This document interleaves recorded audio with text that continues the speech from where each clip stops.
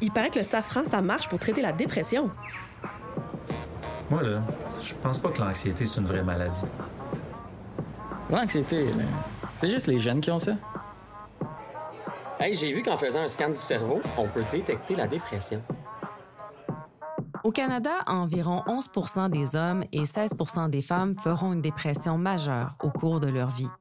Malgré cette prévalence et les campagnes de sensibilisation récentes, les maladies mentales, comme la dépression et l'anxiété, continuent d'être l'objet de nombreux préjugés, mais aussi de désinformation. Une situation particulièrement préoccupante, car la désinformation peut avoir des impacts chez ceux qui en souffrent et même retarder l'accès aux soins.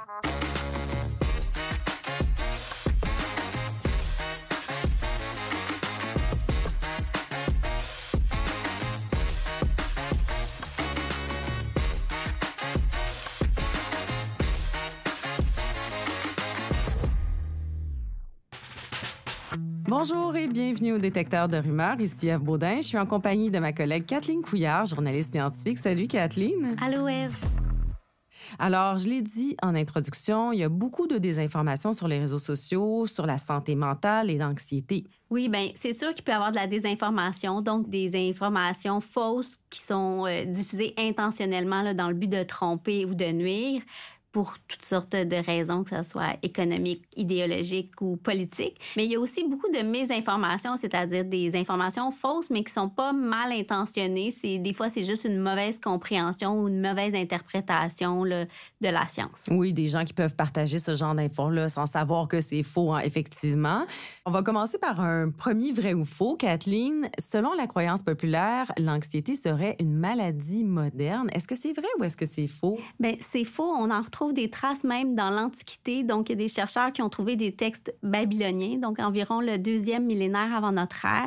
Et on trouve la description d'un homme qui a peur, il peut plus dormir, il a perdu des animaux, il a perdu des revenus, il a connu des frustrations personnelles, des ambitions contrariées. Et donc, ça ressemble vraiment beaucoup à ce qu'on décrirait comme de l'anxiété aujourd'hui. Ah, c'est drôle. On se reconnaît bien dans cette personne-là, en tout cas, qui n'arrive pas à dormir parce qu'elle a des préoccupations.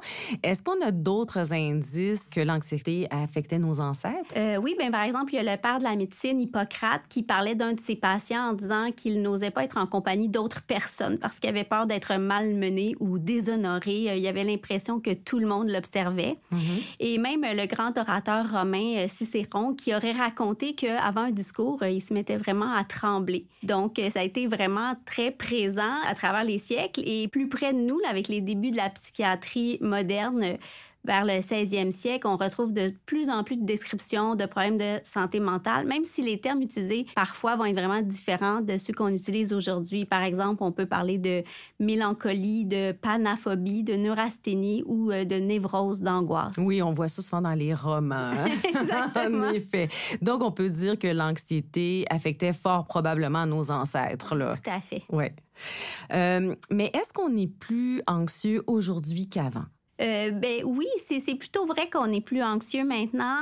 Mais c'est quand même difficile à dire parce que les données qu'on a sur certains problèmes de santé mentale, surtout avant les années 1980, sont pas très, très précises. Donc, les descriptions des troubles anxieux, comme ceux qu'on a nommés là, il y a un instant, ben ils ont changé avec le temps. Donc, des fois, c'est difficile de faire des comparaisons. Mais on sait toutefois que les taux d'anxiété ont augmenté de façon quand même importante depuis la Deuxième Guerre mondiale et même donc quelques années après la guerre, en 1948, il y a un poète américain, Winston U. Oden, qui a gagné un prix Pulitzer pour un poème qu'il a intitulé « L'âge de l'anxiété » et ça décrivait le malaise là, présent dans la population depuis la guerre. OK. Et est-ce qu'on a des statistiques plus récentes qui démontrent que l'anxiété augmente? Oui, si on considère les adultes en général au Canada, il y aurait une hausse quand même modeste, mais une hausse quand même là, des troubles anxieux entre 2000 et 2016, c'est-à-dire de 0,26 à 0,55 % par année. Et au Québec plus particulièrement, en 2021, c'était 8,4 % de la population de plus de 12 ans qui avait reçu un diagnostic de troubles anxieux. C'est beaucoup quand même. Oui, mais c'est une augmentation par rapport à 2015. On avait plutôt 6,4 de gens avec un diagnostic comme celui-là. Puis est-ce qu'on sait si la pandémie a joué un rôle? Oui, la pandémie aurait accru le problème selon une enquête québécoise qui est parue en 2023.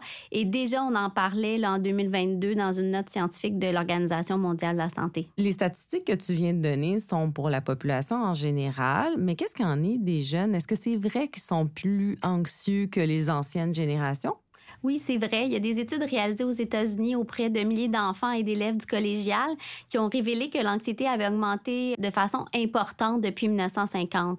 Par exemple, les écoliers des années 1980 se disaient plus anxieux que ceux qui étaient suivis en psychiatrie dans les années 1950. Et plus récemment, selon une série d'études et d'analyses qui a été publiée en 2024 dans la revue The Lancet Psychiatry, la prévalence des troubles de santé mentale en général, mais incluant l'anxiété, ça a augmenté depuis le début des années 2010, en particulier chez les moins de 25 ans. Donc, en résumé, ce qu'on remarque, c'est que l'anxiété a augmenté dans les décennies qui ont suivi la guerre. Et puis, vers les années 1990, ça s'est un peu stabilisé. Mais à partir des années 2000, on a vu une hausse encore là, d'anxiété chez les jeunes. La hausse qu'on a remarquée depuis le début des années 2000, ça serait dû à quoi? Bien, selon le président de l'Association américaine de psychiatrie, c'est un peu normal de voir plus d'anxiété chez les jeunes si on considère tous les bouleversements qui ont lieu un peu partout dans le monde présentement. On peut penser à la pandémie, comme on a dit tout à l'heure, mais il y a aussi toutes les tensions sociales, de la guerre en Ukraine là, jusqu'aux tueries dans les écoles, en passant par la polarisation politique. Et il ne faut pas oublier aussi les changements climatiques qui sont anxiogènes pour un grand nombre de jeunes. En effet. Et est-ce que notre perception de l'anxiété pourrait aussi être en cause? Mais c'est effectivement l'opinion de certains experts, comme la psychologue britannique Lucy Fox. Selon elle, il y a certains milieux scolaires qui ont tendance à psychologiser beaucoup trop le vécu des enfants. Si on encourage les jeunes à interpréter le moindre sentiment négatif comme le symptôme d'un problème, ben ça peut augmenter leur anxiété aussi. Oui. Donc, en conclusion, l'anxiété est bel et bien en hausse chez les jeunes.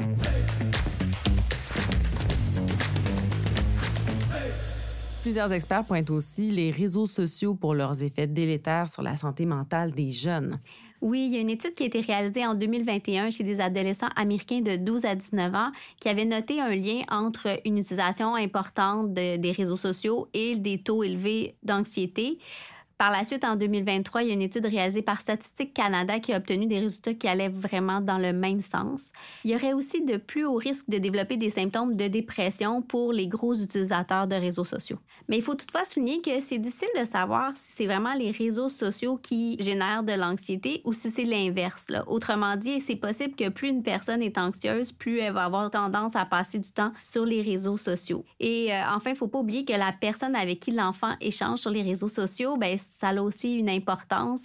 Donc, si notre enfant est en train de jaser avec un ami du monde réel, bien ça peut être bénéfique pour son bien-être émotionnel, tandis que les échanges avec un ami là, exclusivement virtuel, bien, il y a plus de chances que ça nuise à son bien-être. Oui, c'est ça. Ça dépend de l'usage des réseaux sociaux. Et ce qu'on consulte aussi. Donc, en conclusion, il semble y avoir un lien entre l'utilisation importante des réseaux sociaux et l'anxiété, mais c'est pas nécessairement une relation de cause à effet. Mm-hmm. Kathleen, il y a plusieurs personnes qui souffrent d'anxiété qui ne reçoivent pas l'aide nécessaire. Puis, parfois, ils vont se tourner vers les réseaux sociaux pour trouver des solutions. Et est-ce qu'on sait si l'information qu'on y trouve est de bonne qualité? Bien, ce que les études nous disent, c'est que non, malheureusement, ce n'est pas de l'information de qualité. Par exemple, une étude en 2021 a analysé 900 vidéos populaires sur TikTok qui avaient le mot-clic « mental health ». Et ce que les chercheurs ont remarqué, c'est que le tiers des vidéos qui donnaient des conseils, mais c'était des conseils trompeurs. Et ces vidéos-là qui donnaient des conseils, il y a seulement le 5e des vidéos qui étaient faites par un professionnel de la santé. Oui, donc ça peut être des influenceurs, toutes sortes de personnes qui n'ont pas nécessairement une expertise qui offrent des conseils. Il faut faire attention parce que aussi les conseils vont aller de dormir plus, faire du yoga, prendre des bains froids, qui ne semblent pas vraiment dommageables, mais d'autres conseils sont carrément plus dangereux, là. Oui, il y a certains conseils avec des informations erronées qui peuvent vraiment pousser des gens à faire des autodiagnostics qui sont peut-être pas adéquat dans leur situation ou même à cesser leur médication. On peut penser à l'influenceuse Kelly Brogan qui encourage les gens à cesser leurs antidépresseurs pour plutôt utiliser des produits qu'elle vend sur son propre site web. Et puis là, ça, c'est sans parler là, des remèdes vraiment dangereux qu'on peut trouver. Par exemple, certaines personnes comme l'influenceuse Victoria Colt suggèrent de prendre du venin de grenouille, le Cambo, pour l'appliquer sur des incisions faites dans la peau, donc ce qui peut être vraiment dangereux, là. Oui, donc il faut vraiment faire attention. Là. Les conseils qu'on retrouve sur les réseaux sociaux ne sont pas fiables en général.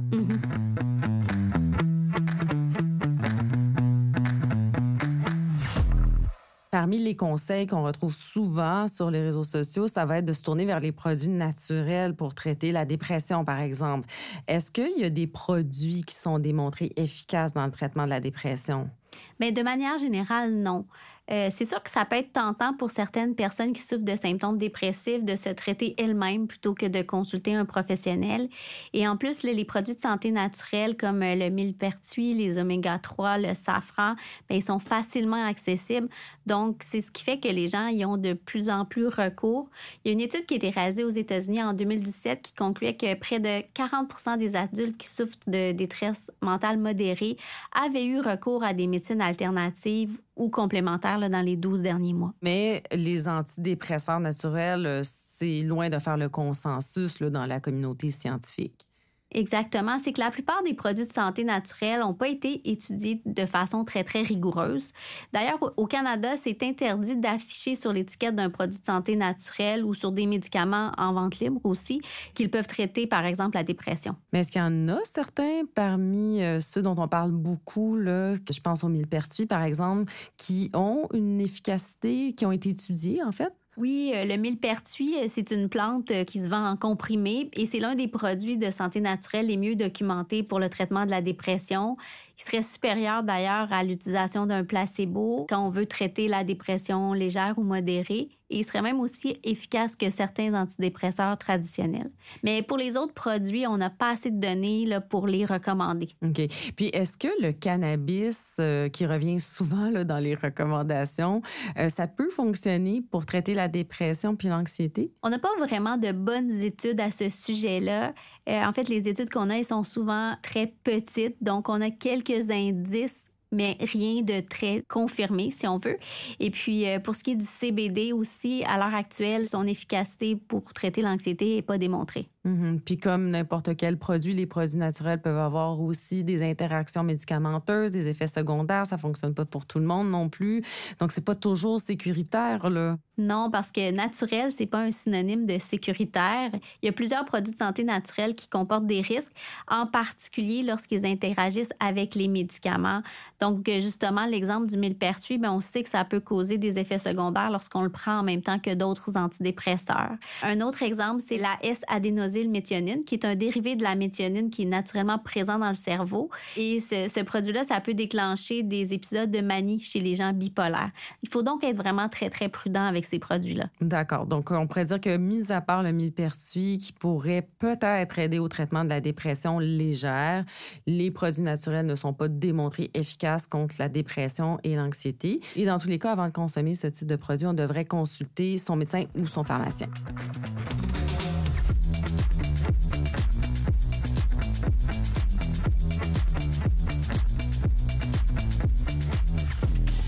Kathleen, on a vu circuler récemment sur les réseaux sociaux cette idée qu'un scan du cerveau peut diagnostiquer les problèmes de santé mentale. Est-ce que c'est vrai ou faux? C'est faux. Et un bon exemple de ce genre de discours-là, bien, ce sont les cliniques du Dr Daniel Amen, qui est un psychiatre américain.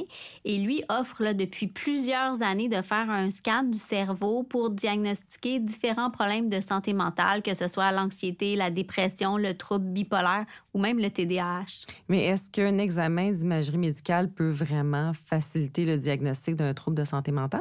Bien, c'est ce que le docteur Amen prétend. Lui, pour justifier son approche, il dit qu'il a fait 200 000 examens du cerveau au fil des années avec un type d'imagerie qui s'appelle SPECT. Mais Il n'y a aucune analyse systématique qui a été effectuée pour démontrer que son approche à lui, elle est plus efficace que l'approche traditionnelle là, pour diagnostiquer des problèmes de santé mentale. En fait, selon l'Association américaine de psychiatrie, à l'exception de la détection d'anomalies, comme par exemple une lésion ou une atrophie du cerveau, la neuroimagerie, elle ne permet pas de faire des diagnostics de troubles psychiatriques et donc elle ne peut pas nous orienter là, sur le traitement à offrir aux patients. En fait, il n'y a aucune association médicale professionnelle qui encourage l'utilisation de ce type d'imagerie-là pour les diagnostics neuropsychiatriques. Bon, cet exemple du docteur Amen là, qui demande 4 000 $ pour faire une imagerie médicale de ce genre, c'est un bel exemple de désinformation qui est payante. Oui, absolument. Et en plus, lorsqu'on va le consulter, ensuite, il a plein de produits à nous vendre. Oui, j'en suis sûre. Pour traiter notre problème de santé mentale. Alors, on vient de passer en revue plusieurs idées reçues ensemble. On a aussi déboulonné des conseils douteux. Mais je me demandais si on pouvait terminer en souvent les effets de la désinformation ou de la mésinformation dans ce domaine. Est-ce qu'on sait quelles sont les conséquences de l'exposition à des informations fausses ou de piètre qualité sur la santé mentale? La désinformation en santé mentale, ça a des conséquences concrètes. Ça peut retarder l'accès aux soins, ça peut aggraver la détresse psychologique, ça peut aussi renforcer la stigmatisation et, comme on l'a vu, encourager là, des traitements qui ne sont pas validés scientifiquement. Même dans certains cas, ça encourage des gens à abandonner des traitements qui étaient efficaces. Et aussi, ça va augmenter la réticence face aux soins de santé recommandés par les organisations de santé dans d'autres domaines aussi, là, comme les vaccins, par exemple. Merci, Kathleen. Donc, c'est vraiment important de s'informer auprès de sources sûres, particulièrement si vous avez des problèmes de santé mentale. On consulte des psychothérapeutes, des psychologues, médecins, pharmaciens. Et il y a aussi d'autres ressources si vous avez besoin d'aide ou des idées suicidaires. Donc, pour ceux qui sont au Québec, il y a la ligne 811. Il y a une option si on a besoin de parler de problèmes de santé mentale. Il y a aussi des ressources spécialisées en santé mentale qui ont des sites web ou des pages sur les réseaux sociaux là, dans lesquelles on donne des informations très fiables auxquelles on peut se fier. Donc, je vais en nommer quelques-unes. Suicide.ca, qui est une ressource canadienne, Cap Santé mentale. Il y a le Centre de prévention du suicide de Montréal qui est présent sur les réseaux sociaux. Il y a Tel Jeune. Donc, je mettrai une petite liste dans les notes du balado. Merci à vous d'avoir été à l'écoute. Si vous voulez lire les articles que Kathleen a écrits sur la dépression et l'anxiété et les autres sujets dont on a parlé, consultez les notes du balado. Je vais y mettre des hyperliens. J'espère que ce contenu vous a plu. Si c'est le cas, merci de le partager pour nous aider à poursuivre notre mission. Le Détecteur de rumeurs est une production de Science Presse soutenue par le scientifique en chef et les fonds de recherche du Québec. Invité Kathleen Couillard, journaliste scientifique. À la réalisation, Claudie Fortier-Saint-Pierre. Au mixage sonore, Jonathan Doyon. À la production et à l'animation, moi-même, Ève Baudin. On se retrouve au prochain épisode. Et d'ici là, n'oubliez pas de vous informer auprès de sources fiables.